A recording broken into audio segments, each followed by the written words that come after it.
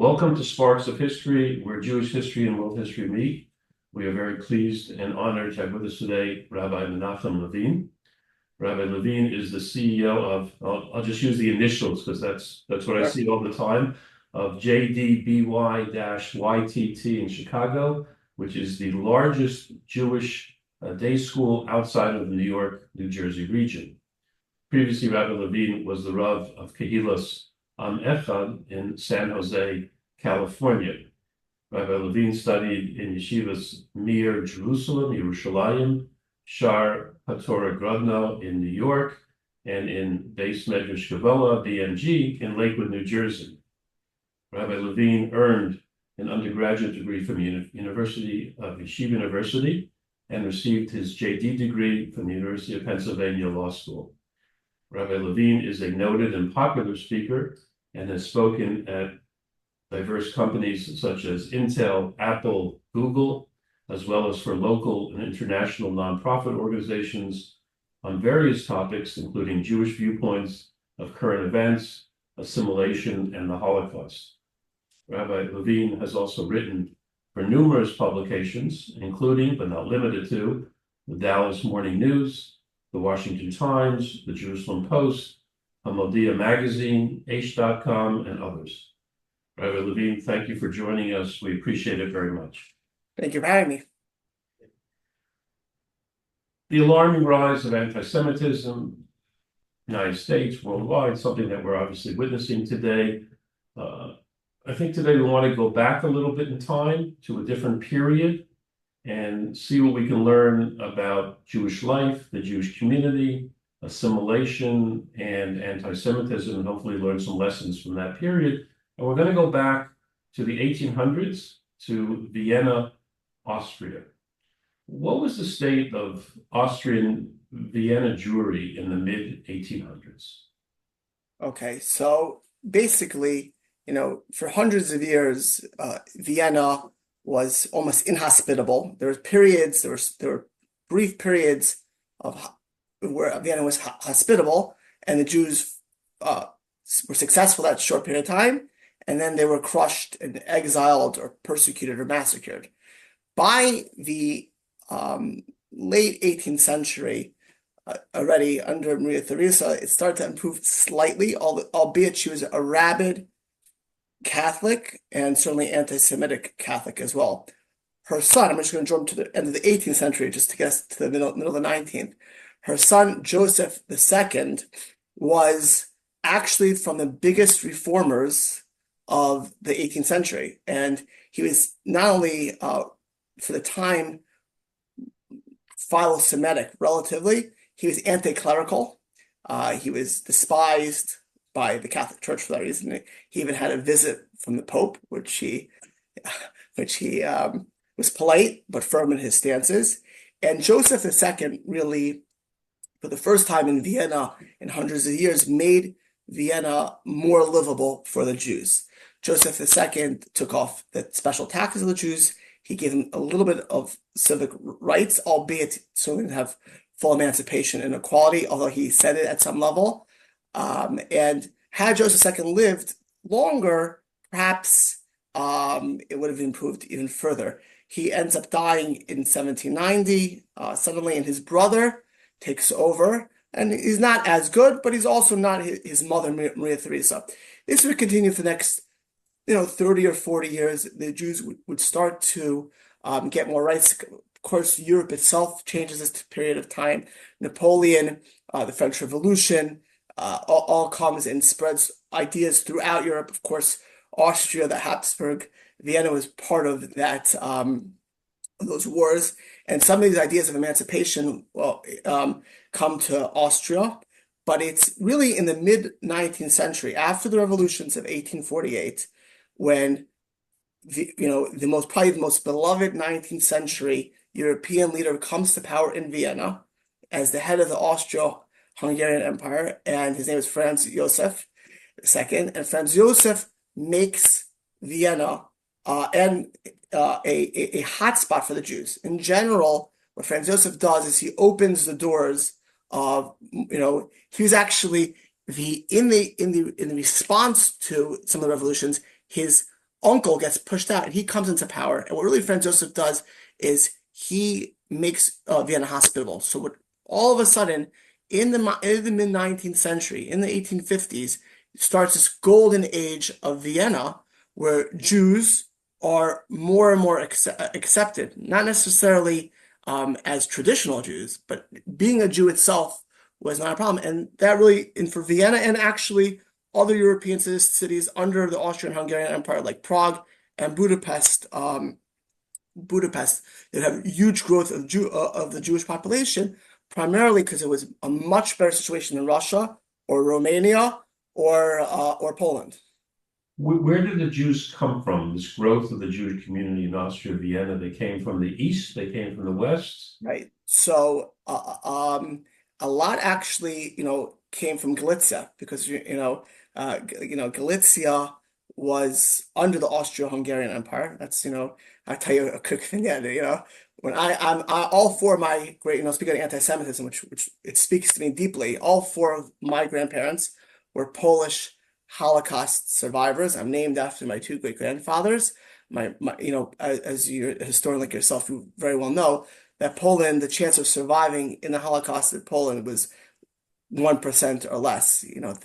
Of Poland, there were the 3.3 million Jews, only 300,000 survived, but 270,000 of those 300,000 were in the gulags or in Siberia, and they were taken back after 1946. There were only about 30,000 to 40,000 Polish Jews who survived in Poland, and two of my grandparents were of them, and the other two were in Siberia. So I always had a strong Polish Jewish pride. So my grandmother, my Bubby used to always say, in Poland, first was Poland, then was Galicia, and then it was Hungary. That was her hierarchy. That was the Polish hierarchy.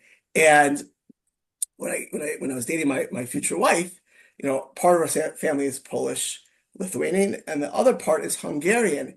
And I told her my Bubby's line. She said, "Oh, it's so funny. My Hungarian grandmother said first is Hungary, then it's Galicia, and then it's Poland."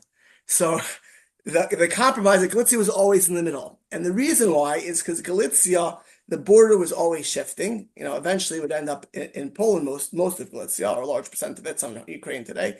But Galicia was for many years under the Austro-Hungarian Empire. And so many of the Jews in Galicia, which the population there was not as liberal as open, would shift to Vienna, which I think was our focus, but as well as to Budapest, which would boom as well during this period, because Budapest would also be under Franz Josef, albeit the Hungarians had their own nationalism. And the city was much more opening than the villages, much more opportunity. Until that point, Jews had limited opportunity. Universities were not open, education were not open, and many jobs were not open. When Franz Josef opens the doors to this, so a lot of Jews gravitate from the east. Some Jews come from Germany because the reactionaries in Germany, when the revolution is not successful in Germany, when the 1848 liberal revolution, even though there would be levels of emancipation that would happen for the Jews afterwards, Germany, which would of course go through decades ahead and end up in the Holocaust, would have this tremendous battle between a very strong conservative Prussian at that time German ideas and a more liberal side, and the reactionaries in Germany were much stronger than Austria, because again, Franz Josef becomes the reaction for Austria, and so you have German Jews coming to Vienna as well. I'll mention something very interesting. I was, as you mentioned, a rabbi in California, in San Jose, in Silicon Valley, the Bay Area. The Bay Area, everyone knows the 49ers, right? The 49ers had many Jews, and a lot of them were coming from places like Germany because of the reaction of Germany, of what happened at post-1848. So some came to Austria, others would come to California, to the United States of America as well. So you have this growing Jewish community coming from different places. Is the process, is the line that we draw a traditional Jewish community, and now non-traditional elements come in and become more secular? You have yeshivot there to begin with, or is it just a whole different type of model? Is it a German type of model, or its own thing? So, originally, it's interesting because when the Jews are expelled from Vienna in 1670, and when they're expelled, Vienna was and is a very powerful economic city. Jews wanted to be there. When they're expelled, when they come back, there's only a few court Jews, very famous families like the Oppenheimer family, like the Wertheimer family. The Oppenheimer family, Samuel Oppenheimer, his son is the one who put the Rothschilds into business. I'm sure Rothschild into business. These are Aguilar was a Sephardic family, and they were overwhelmingly traditional religious Jews who were very successful. In the case of Rabbi Shamshon Wertheimer, who originally worked for Oppenheimer, he was not just a religious Jew; he was a world-class Talmud Chacham, and at some levels, called this, Gadol of Western Europe. So in the late 17th century, early 18th century, they were very wealthy, powerful, relatively powerful, as wealthy as they were always at risk, and traditional Jews. There were not yeshivas there necessarily, and similar to Germany, the educational system did not compete with Poland or Russia.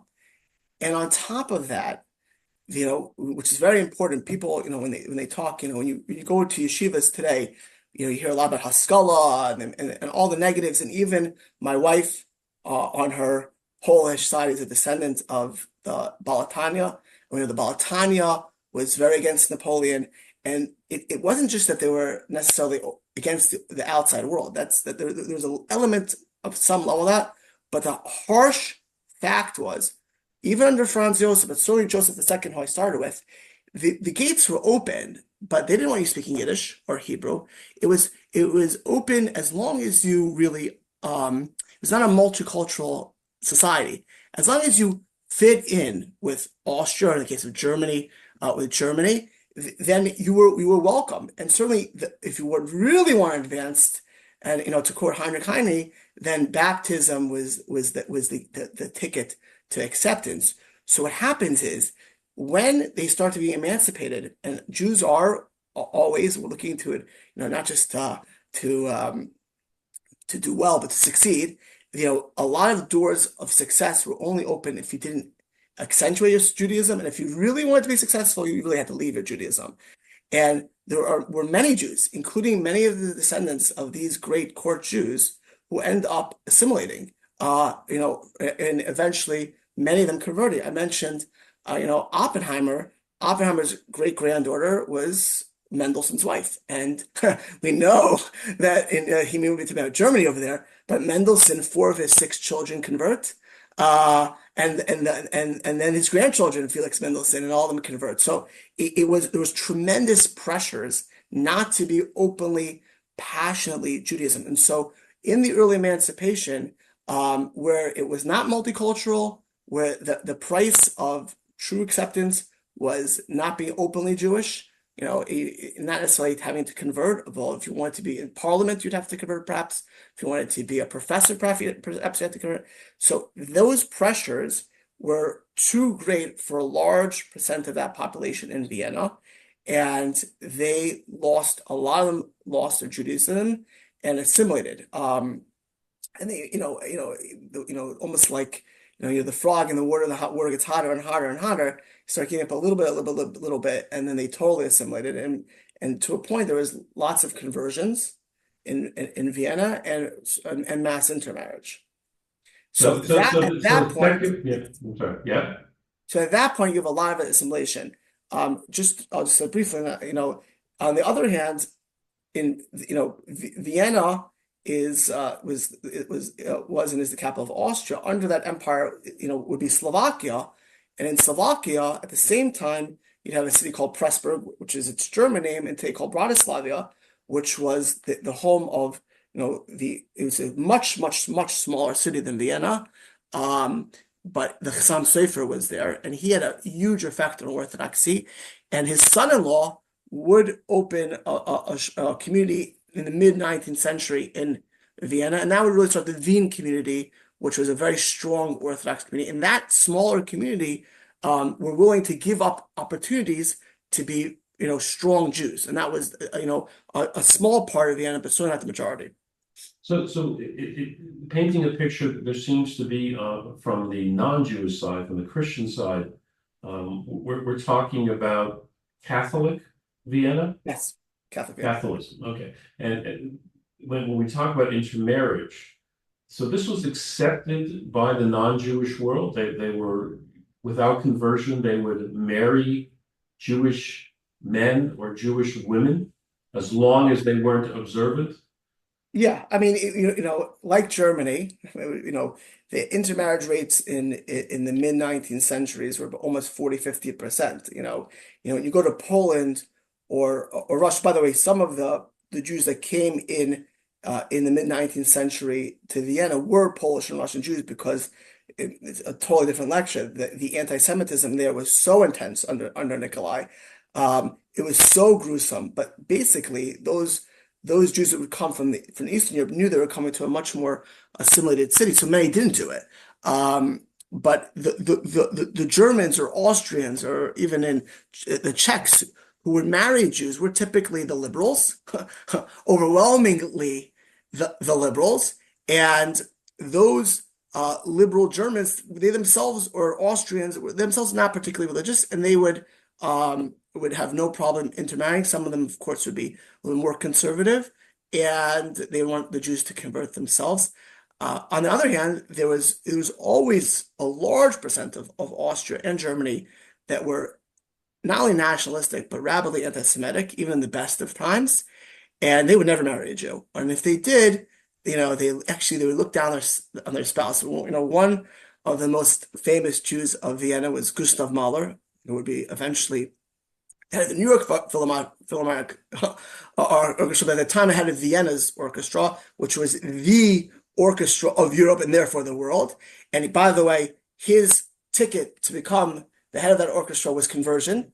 Okay, but he marries a girl, Alma Mahler, who marries him. She's considerably younger than him. She was a promiscuous lady on many counts, but she was married to him, and she marries she has a second husband and a third husband who's also Jewish, and she has writings about she hates the Jewish race.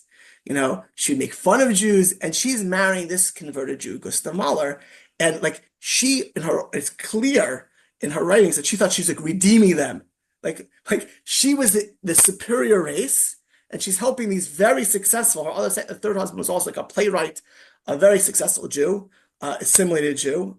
I think it was Golper or whatever his name was.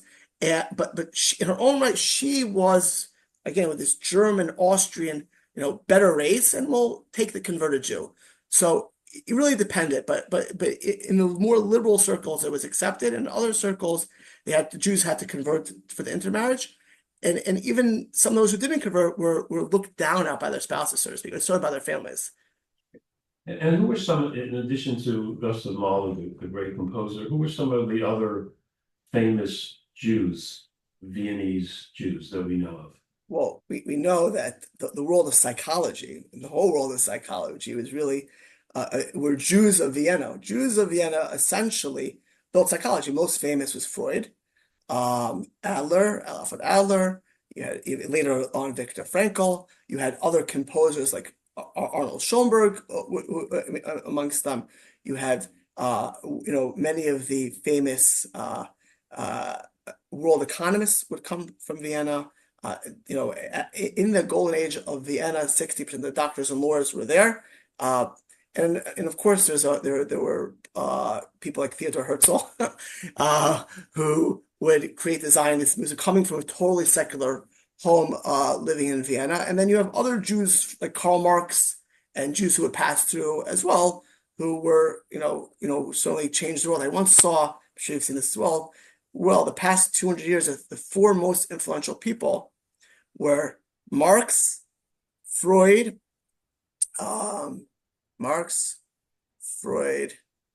Darwin, and I'm blanking on the fourth right now. Einstein, yes, right. Marx, Freud. So three of the four are Jews. So three of the four of those people are Jews, and either all secular Jews. In the case of Marx, his father converts. In the case of Freud, He himself and his wife were descendants of rabbis.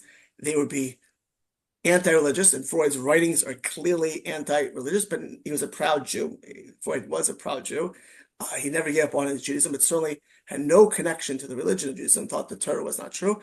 And Einstein, who experimented as a little kid with Judaism, but came from an religious home, would be intermarried as well, and later in life would come back a little bit, as we know, to his Judaism as well. So but the most famous Jews in the world stage would be very secular Jews living in Vienna. Were there any Jewish political leaders, even if they were a Disraeli type that had already converted as a child? Or had Yeah, there was the Social Democrat Party in the late 90s, which would be banned by the Nazis, and as Austria had multiple Jews who were big parts of those movements. Different. In fact, one of them, I'm blanking on his name. There's something called, it's interesting. We live today, 9 years after the end of the Holocaust, essentially, almost. 9 years, 8 years. So, but there was in 1882, there was something called the Linz document, and Linz was Hitler's birthplace, right? So this was part of the Pan-Germanist movement. And the Pan-Germanist movement was really in Austria under the Royal Holy Roman Empire was under Germany. There were large historical connections, and they wanted an Anschluss, a connection between Germany and Austria, right in the mid-19th century. There was a strong movement behind that. And originally, some of these social democrat Jews signed on to it, thinking, oh, Germany, Austria, it's great. As it developed a few years later with the future, major anti-Semites putting Aryan clauses in there, these social democrats ran from it. But yeah, there were certainly powerful Jews at the time as well in the Social Democrat Party. So we have a thriving, intellectual, successful Jewish community. Empowered. Power. You've already alluded to that perhaps some of the Christians, even those who intermarried, were not lovers of Jews necessarily. There was something right under the surface or above the surface already. A little of both sometimes. So what happens? Emancipation leads to anti-Semitism? How does that work? So so I'd say emancipation, there's two ways to look at it. We're talking about anti-Semitism, I'm a rabbi, so we're really talking about the historical patterns today. If we talk more ruchnius, more theologically, so, certainly would say emancipation leads to assimilation, which leads to anti-Semitism. And there is, I wouldn't call it linear, but there is a strong connection throughout history that way. And maybe we'll swing back to that. But over here, emancipation really did lead to a level of assimilation. Jews were never viewed fully as totally accepted as being Jews. But even that level of acceptance was always rejected by the nationalists, by the strong conservatives. And Jews, as much as successful as we always were in Vienna in that 19th century, really were 10-11% of the population. Again, 60% of doctors, 60% of lawyers. You had the Franz Joseph, who is the ruler of the empire, being philo-Semitic. And yet you have mayors coming out of Vienna, like Karl Lueger, in the golden age of Vienna's Jew, of Austria, Jew, being a rabid anti-Semite, someone who Hitler himself would look up to, because part of the population never accepted us, and we never broke through to that part of the population. Part of it was our own success became fodder for their hatred. And the more we join their society, and again, I think there's from a Torah perspective, there's a lot to say about this. The more we joined their society and acted like them, the more they hated us. But even without that deeper lesson, having people or strong groups who hate you and it's unchecked, there's just a lurking danger. I mean, I think, I don't get too contemporary. If you have, talk about the Palestinian population today, let's imagine, you had 60% acceptance of the Palestinian situation, but 40% wants Hamas. you're in a dangerous situation. Let's say it's 80% and the 20% is Hamas. If you let that Hamas group stay there and spread their ideas over time, the other 80% could become convinced, right? You may think that you're giving all kinds of benefits, but unchecked anti-Semitism is a tremendous danger. And I've written about this recently also, whether you're in America, certainly you don't have to imagine London or Paris today. Don't think success in certain parts of the population inoculate the other parts of the population, nor to the fact is even that population that likes you. Over time, if you let anti-Semitism fester, it can come back in a major way to attack. And that's really unfortunately what happens to Vienna. It becomes the hotbed of anti-Semitism in a city which was filled with Judaism, filled with Jews, and filled with Jews who had lots of Gentile friends. And so how did this anti-Semitism manifest itself? What do we see? Jews are successful, they're in businesses, they have political rights, and Right. Are these rights taken away from them? Are there restrictions put on legally? Or is it a different type of anti-Semitism?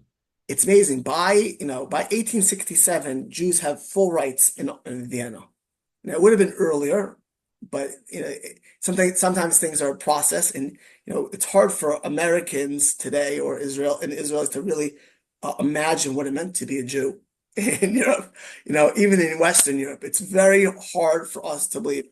As scary as these pictures look today, these mass protests in London or in Toronto or in Paris or New York, even. You're a Jew, you have full rights, you can work in any law firm with a yarmulke. I mean, in those countries, even when you were accepted, you were felt to be a Jew. But by 1867, that was the time where Jews had full rights to universities and everything. And yet, it's literally at that time that you start having these authors, right? The term anti-Semitism was a German term by William Marr, coined in 1879. But in Vienna as well, you have people like Schnorrer, who would be one of the people that Hitler looked up to, starting to talk about the Jews are taking over Austria, right? There are all kinds of works going on in Austria and Germany. The Jews are infiltrating, taking over our country. They're destroying our culture, right? They're marrying our children.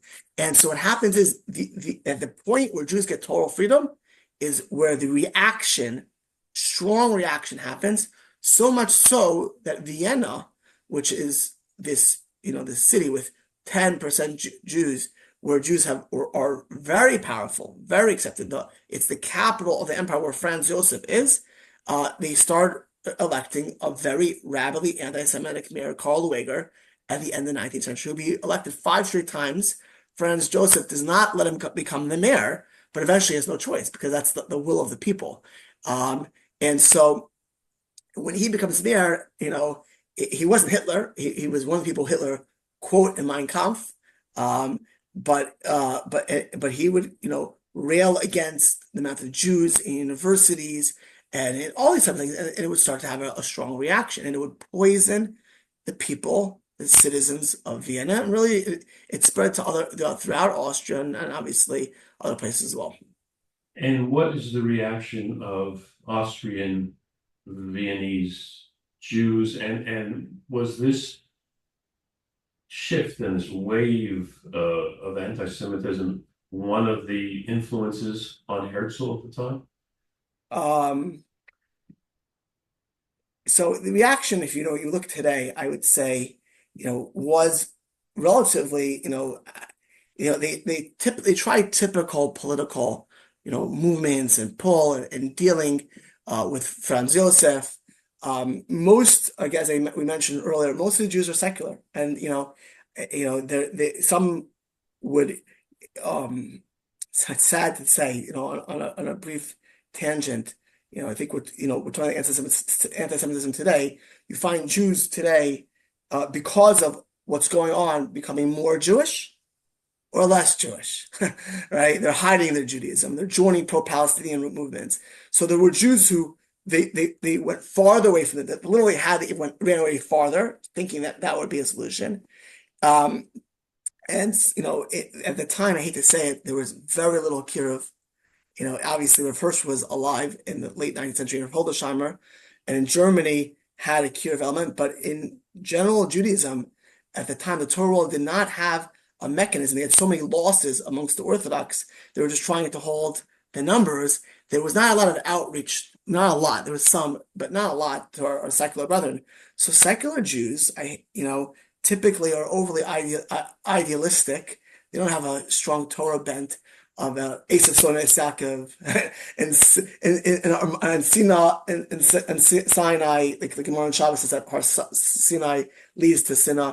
And so they always imagine that we'll work it out and we'll fix it and we'll just use the regular and we'll be more German or more Austrian. And none of that worked. On the contrary, a lot of that just led more fuel to the fire. It made the more you're saying you're an Austrian, the more you're becoming, I'm from Vienna, I'm just like you. It actually had an opposite effect for many of these people. So the traditional ways they were trying to deal with it were mostly unsuccessful. The population would continue to look at Jewish success and Jews who look like them, but they're Jewish and they're not us, as taking over their country. So now let's shift on to contemporary times. And we have the Vienna Austrian model, and as you said, Rabbi Levine, success doesn't guarantee security. Right. From a Torah religious perspective, secularism causes anti-Semitism. That's okay.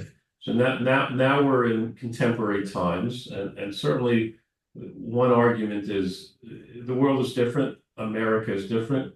Total protection under the law, and you can be, as you mentioned before, you can go into your Midtown Manhattan law firm with a shtreimel, and as long as you're a good lawyer, Shalom Al Yisrael, everybody's happy. What are the lessons we can take from Vienna to contemporary times? Right. So obviously we're living in very challenging times. Wherever you are, I just tell you, I can't think of one pocket of the world where you can say you have nothing to worry about as a Jew today. Eretz Yisrael, you're closer to Hashem, but it's obviously a very dangerous situation with the situation now.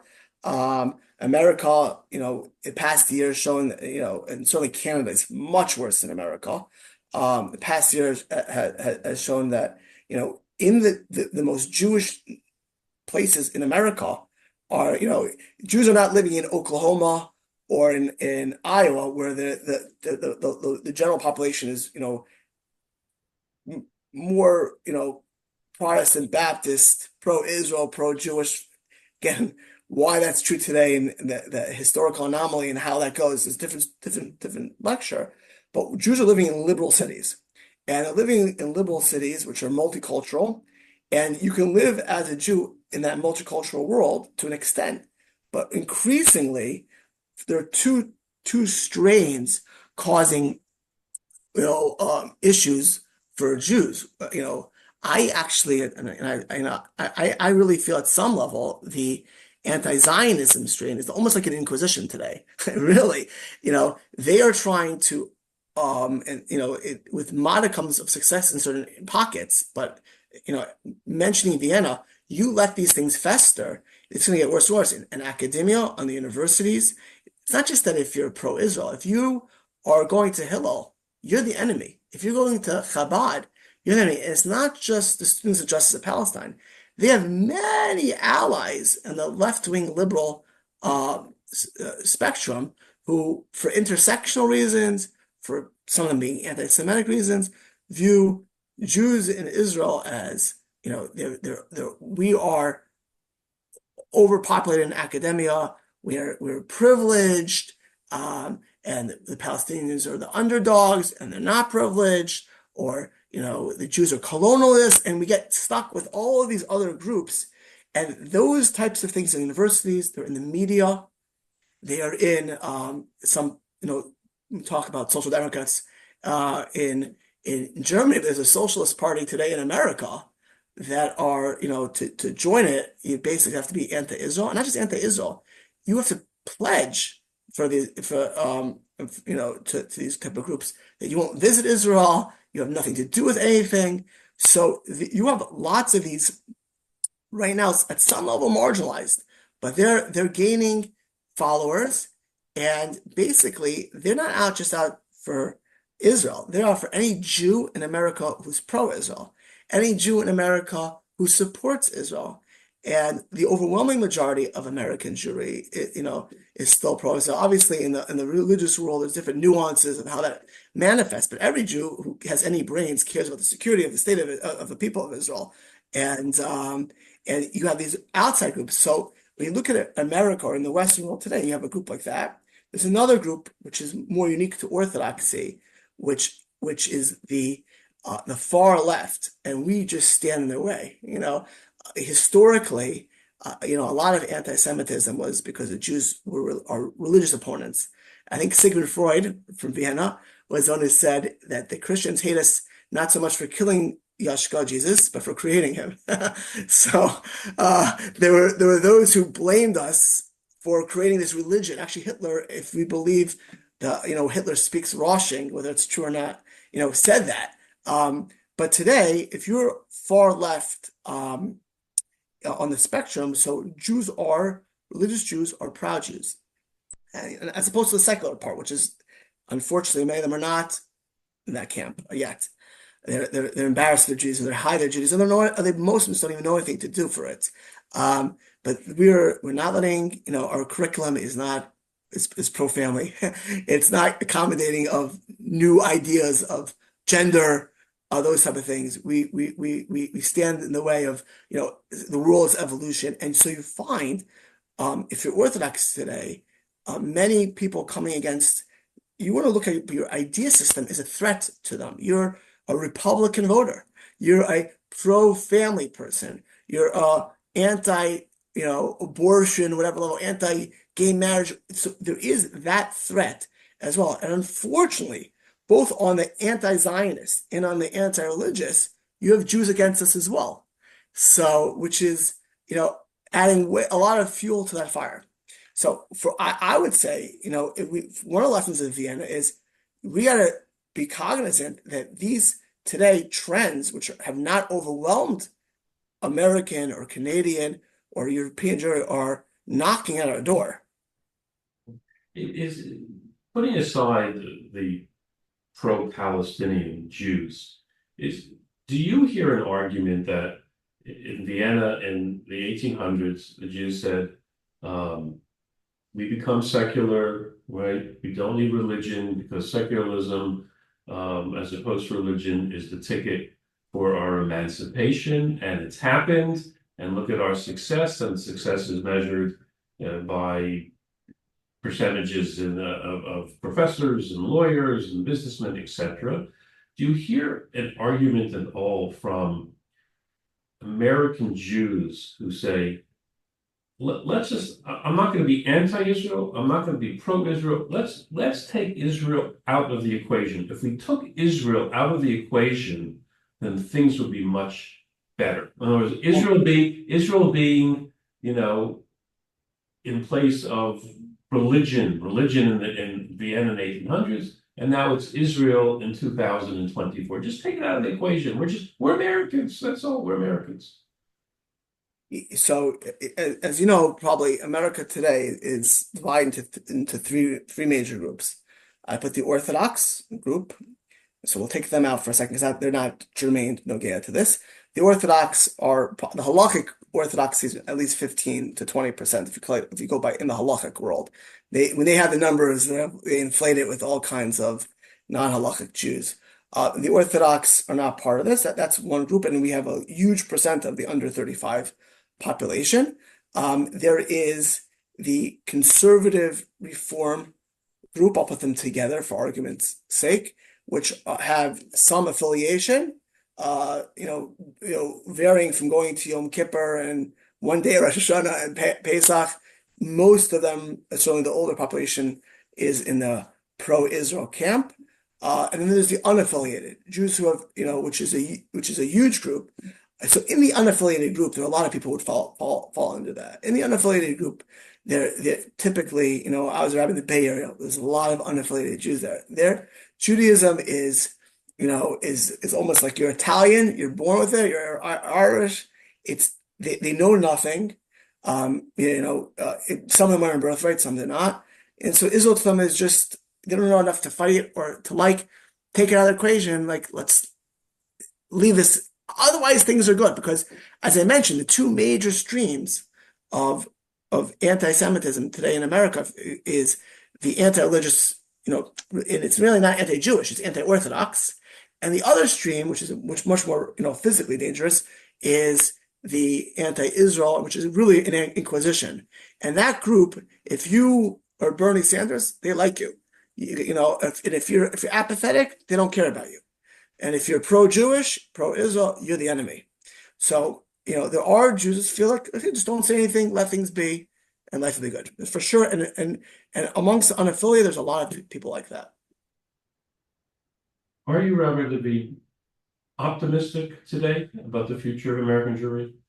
Pessimistic? Somewhere in between? You had mentioned, we didn't have Kiruv in Vienna in the mid-1800s. We have tremendous Kiruv today. We have campuses, and we have Chabad, and we have Maor, and we have Olami, and we have people in all kinds of programs, and yet assimilation rises, I guess. I don't know the recent statistics. Assimilation just rises. So optimistic, pessimistic, somewhere in between. And I'd say somewhere what between. do we need, and what do we need to do? I say somewhere between. I think we're living in some level the best of times and some level the worst of times. As far as assimilation today, most of the losses happened decades ago, and we are shattered by Russian, Romanian Jews who came in the 1880s, 1920 in the Lower East Side, and they had to work on Shabbos, and they had no chinuch, no education. They all got lost. And in the 1940s and 50s, you had a huge, if it would have been Kiev in the 1950s, the conservative movement at the time was 60% of American Jewry, almost 60% of American Jewry. And they were pro-Israel. Many of them had traditional appreciation. Again, America then was not nearly as multicultural as today. You couldn't be an Orthodox Jew and work on a law firm. You want to get a job if you were in America. Today you could, right? Today you could. Today you for sure could. You can be the vice president of the United States. You can be the ambassador to Islam, but Orthodox Jew. You could be the first man of the United States. You could, first, yeah. He's not. Right. You could be the first man as a child of Holocaust survivors. Intermarried. But yeah, you could be. And the truth is, you could be. Even though, again, going back to this Inquisition, Josh Shapiro would have been the vice president candidate. Anyone who has a brain would know that. If it wouldn't have been inconvenient for a certain level for parts of the Democratic Party. He's a traditional, he's not Orthodox, but he's definitely traditional, pro-school choice, pro-Israel Jew in Pennsylvania, and it was definitely hurt him in his, whether they can admit it or not, it's a different story, in his reality. But on a theological level today, the percent of Orthodoxy in America is growing. There's going to be no middle soon, and it's basically you'll either be Orthodox or nothing.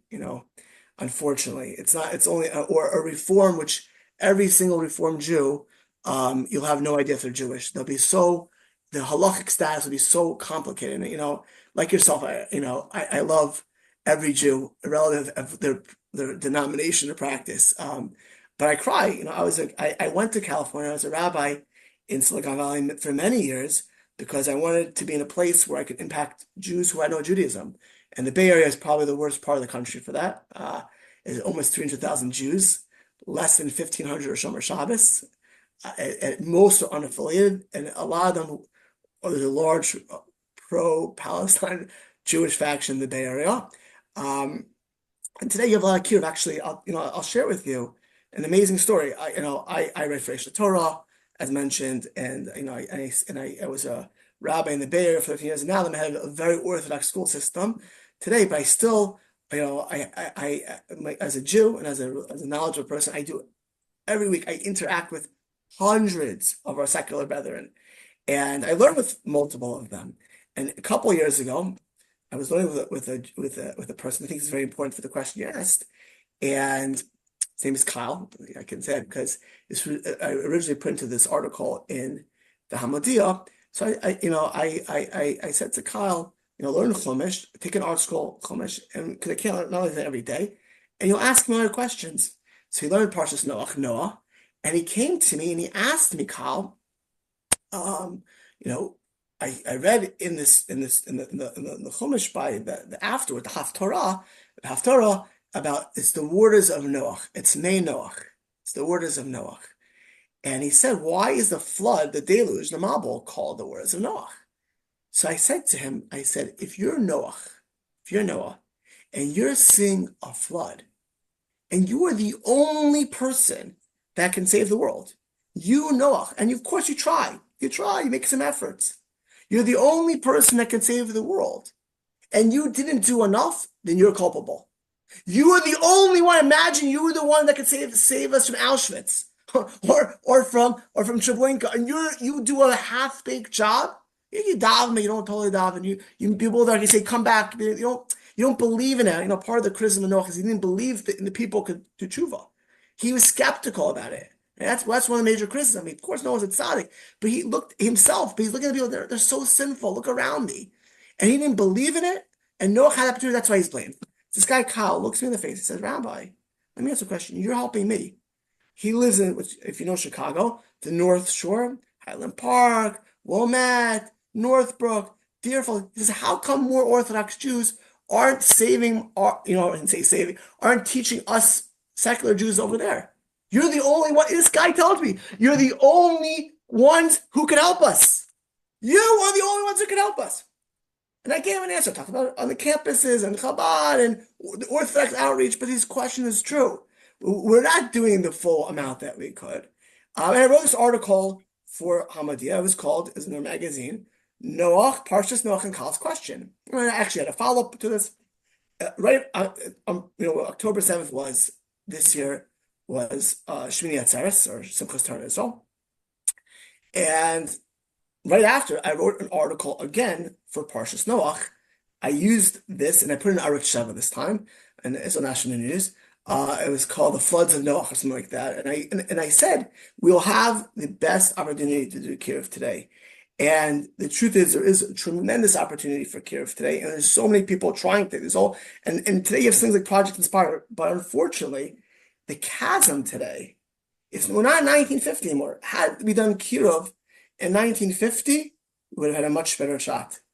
The gap is so great today, for so many Jews. Of course, every Jew could do Kiruv, but it's not nearly as easy. And some are so far gone. Every secular Jew has either a sibling or a parent or a child who's intermarried. It's overwhelmingly. Many of them have kids living alternate lifestyles. Many of them have ideologies which are totally against Torah. So it's while everyone has a neshama and every Jew is possible, there are not nearly as many low-hanging fruit today as there were 2 decades ago. And so I'm optimistic in the sense that, if things will continue, the majority of American Jews will be religious, and maybe that will, on a spiritual level, on a practical level, make a big difference.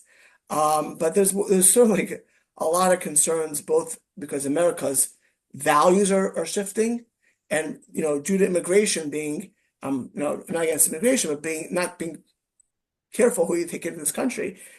Taking in Syrian and Iraqi Muslims without any scrutiny of who you're taking in, you really brought in all kinds, and it's not unique to America. It's Australia, it's Canada, it's London, it's France. All kinds of people who are not anti-Jewish as much. They are anti-Jewish, probably anti-Israel, but also anti-American.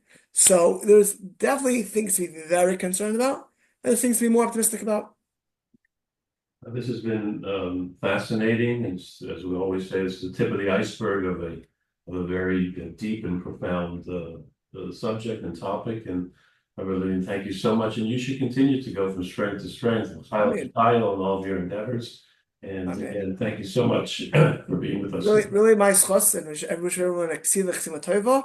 And I think ultimately, we have to learn lessons of history so it don't happen again. We have to, but to remember as we come to this Rosh Hashanah Yom Kippur, that a lot's on the line, and what we see today could be not here tomorrow. Just like a year ago, we would never imagine we'd having this conversation we had today.